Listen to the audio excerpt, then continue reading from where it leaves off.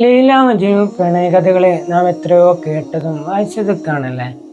ഈ മജ്നു ഒരിക്കൽ നിസ്കരിക്കുന്നവർക്ക് മുമ്പിലൂടെ ഓടിപ്പോകുന്നുണ്ട്. അവർ നിസ്കരിക്കുകയാണ് എന്നുള്ളതൊന്നും ശ്രദ്ധിക്കുന്നില്ല. അപ്പൊ നിസ്കാരം കഴിഞ്ഞിട്ട് നിസ്കരിക്കാൻ ഇരുന്നവരൊക്കെ ചോദിക്കാണ്, എന്താ മജ്നു, ഞങ്ങൾ ഈ നിസ്കരിക്കുന്നത് കണ്ടില്ലേ, ഞങ്ങൾക്ക് മുമ്പിലൂടെ ഓടിയതെന്ന് ചോദിക്കാണ്. അപ്പം മജ്നു പറയുന്നൊരു മറുപടി ഉണ്ട്, ഞാൻ എൻ്റെ പ്രണയഭാജനമായ ലൈലയെയും ഓർത്തിട്ടാണ് ഓടുന്നത്. അതിനിടയിൽ എൻ്റെ കണ്ണുകളിൽ ഒന്നും ഞാൻ കണ്ടിരുന്നില്ലാന്ന്.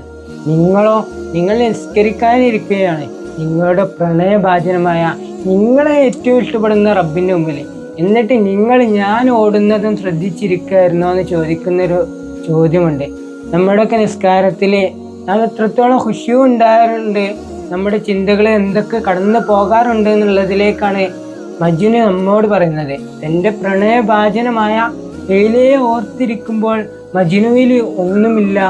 അതുപോലെ നാം നമ്മുടെ റബ്ബിൻ്റെ മുമ്പിലാണ് ഇരിക്കുന്നതെങ്കിൽ ആ റബ്ബിനെ മാത്രമായിരിക്കണം നമ്മുടെ ചിന്ത. മജ്നുവിന് ലൈലയെ പോലെ നമുക്ക് നമ്മുടെ റബ്ബുമായി മാറണം.